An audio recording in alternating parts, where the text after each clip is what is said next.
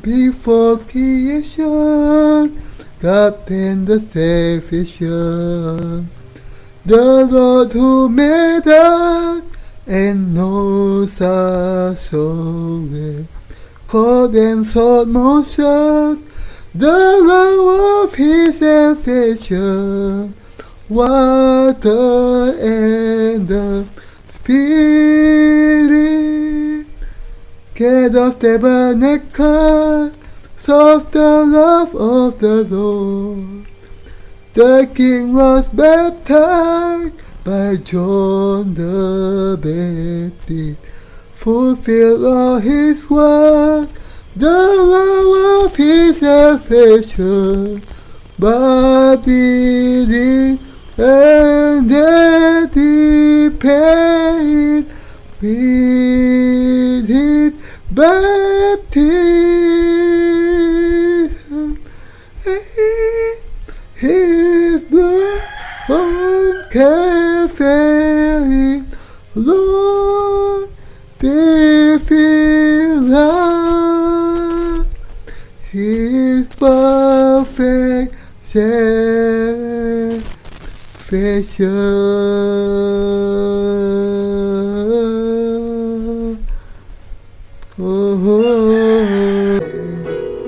End to end is dead,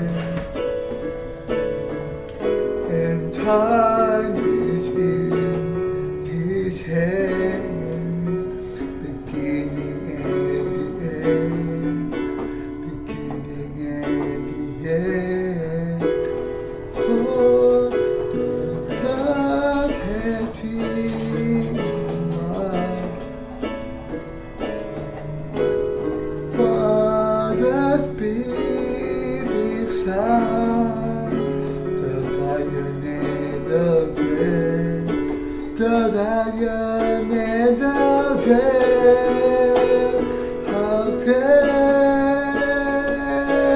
Saka sing me? How can Saka and Omishi? How can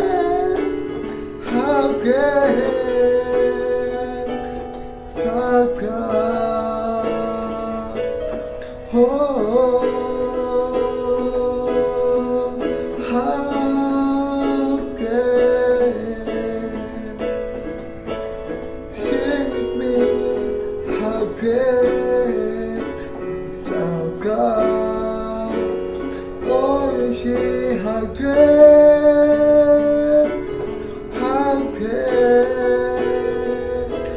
Saka?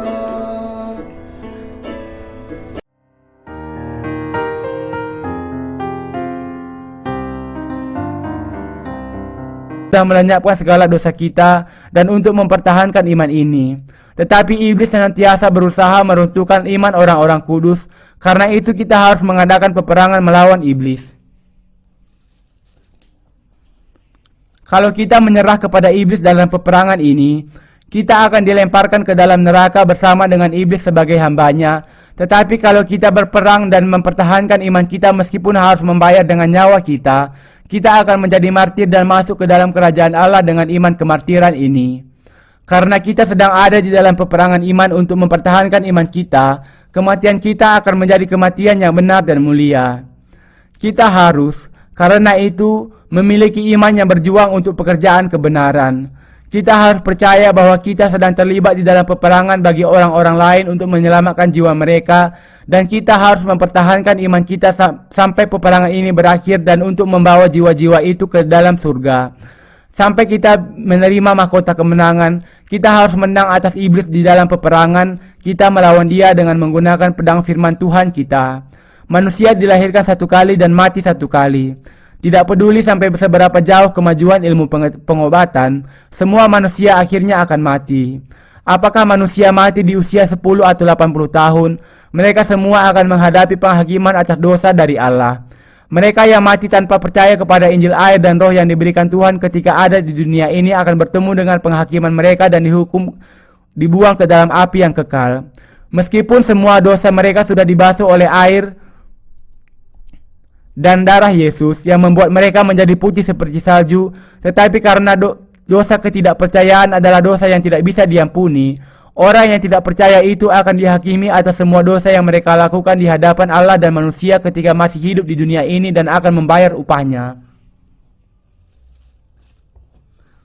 Untuk menghindari hukuman api neraka di hadapan Allah, kita harus percaya kepada Injil air dan Roh yang diberikan Yesus yang menebus kita dari segala dosa. Injil air dan Roh yang menyucikan kita dari segala dosa kita berbeda dengan Injil yang hanya percaya kepada darah di kayu salib. Saya senantiasa memberitakan Injil air dan Roh, baik di waktu yang biasa maupun yang bukan. Hanya dengan percaya kepada Injil air dan Roh kita bisa menerima Roh Kudus dan diberi berkat menjadi anak-anak Allah. Ketika kita percaya kepada Yesus, kita harus menjauhkan diri dan tidak percaya kepada Injil palsu yang hanya terdiri atas darah di kayu salib. Perjanjian Lama berbicara mengenai Injil yang benar tentang penumpangan tangan dan bejana pembasuhan. Di dalam Perjanjian Baru, firman Allah mengatakan bahwa dosa-dosa kita akan ditanggungkan kepada Yesus sekaligus melalui baptisan yang diterima Kristus.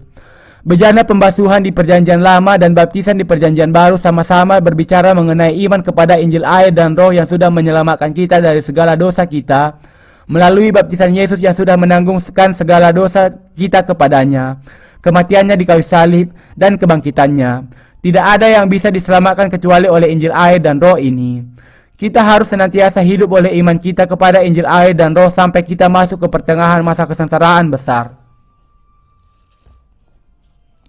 Kita harus bisa membedakan zaman dan hidup di sisa hari yang masih ada ini seperti yang dikehendaki Allah, memberitakan kerajaan Allah dan membagikan kabar baik kepada semua manusia. Tuhan mengatakan bahwa banyak orang yang akan diselamatkan bahkan di masa akhir zaman ini. Hanya sedikit tumbuhan yang bisa tumbuh di padang pasir karena di sana tidak ada air, hanya ada pasir dan sengatan matahari. Tetapi bahkan di tempat yang gersang, padang gurun itu yang dipenuhi dengan panas dan debu,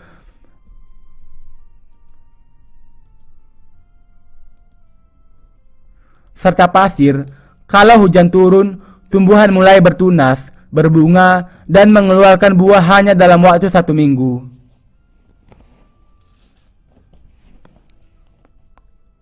Pada saat padang pasir itu kekurangan air, benihnya akan tertanam di dalam pasir meskipun belum bisa bertumbuh, tetapi tidak mati dan tetap hidup menunggu datangnya hujan. Dan ketika air itu bisa mencapai benih kering itu, benih itu akan langsung bertunas. Benih bertunas dalam 1 hari, bertumbuh di hari selanjutnya, dan berbunga serta menghasilkan buah pada hari yang ketiga. Dan di hari terakhir hidup tumbuhan itu, ia akan menjatuhkan benih-benihnya ke dalam tanah, dan benih yang sudah begitu kuat sekali lagi tertanam di balik pasir. Sama seperti tumbuhan di padang pasir yang nampaknya tidak mungkin bisa tetap mengeluarkan selembar daun atau tunas tetap bisa tumbuh ketika ada air. Kita percaya bahwa di akhir zaman akan ada jiwa-jiwa yang seperti berada di dunia padang pasir yang akan bertunas, bertumbuh, dan menghasilkan buah kalau mereka mendapat kesempatan sekecil apapun untuk kontak dengan Injil air dan Roh. Kita percaya bahwa ketika malapetaka ke-7 sangkakala sungguh-sungguh digenapi, banyak yang sebelumnya sudah mendengar tentang masa kesengsaraan besar di dalam firman akan mengingat Injil yang ditanam di dalam diri mereka, memeliharanya, dan dengan seketika tumbuh iman kemartiran. Dengan itu, Anda dan saya menjadi martir untuk mempertahankan iman kita, dan ada juga banyak orang lain yang akan muncul seperti tanaman padang pasir yang akan langsung tumbuh meski di tanah kering, yang akan bergabung dalam kemartiran bersama kita dengan menolak untuk menerima tanda dan menyembah berhala itu.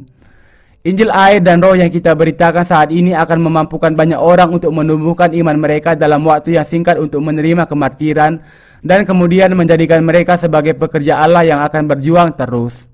Sejak anak-anak sampai orang tua, kita semua adalah prajurit di dalam bala tentara Tuhan. Selalu persiapkan hati kita untuk peperangan, jangan tertipu oleh tipu daya apapun sebagai umat Kristus. Untuk kita yang menang dalam peperangan, Allah akan memberikan kepada kita mahkota kemenangan dan pahala yang tidak terkatakan. Karena itu kita harus menjalani kehidupan kita dengan melayani karya kebenaran Allah, dengan iman yang melawan iblis, semua tipu dayanya, dan semua kejahatan dunia ini. Allah akan memberikan kepada kita iman yang berani pada masa kesengsaraan. Ketika masa kuda hijau kuning dimulai, Allah akan memberikan kepada kita tanda-tandanya. Ayat 1 mengatakan, kemudian daripada itu aku melihat 4 malaikat berdiri pada keempat penjuru bumi dan mereka menahan keempat angin bumi, supaya jangan ada angin bertiup di darat, atau di laut, atau di pohon-pohon. Angin di sini menunjuk kepada kesengsaraan yang akan dimunculkan oleh Allah. Wahyu 7 ayat 1-8 mengatakan bahwa untuk menyelamatkan bangsa Israel, Allah akan mementeraikan mereka dan kemudian menahan angin itu untuk sementara. Tetapi ketika saatnya tiba, yaitu ketika masa kuda hitam, masa kelaparan di antara 7 masa Allah berlalu, Allah akan membuka masa kuda hijau kuning. Keempat angin dunia kemudian akan dimunculkan yang membawa kesengsaraan ke dalam dunia. Ketika terbuka permulaan masa kuda hijau kuning, angin kesengsaraan yang mengerikan akan mulai bertiup, dan banyak di antara orang Israel akan dibunuh, dan banyak orang-orang non-Yahudi, termasuk kita, juga akan dibunuh. Ketika masa kuda hijau kuning tiba, masa kesengsaraan juga akan dimulai. Karena saat ini adalah masa kuda hitam, angin kelaparan sedang bertiup di seluruh dunia. Ketika masa ini berakhir, masa kuda hijau kuning akan dimulai,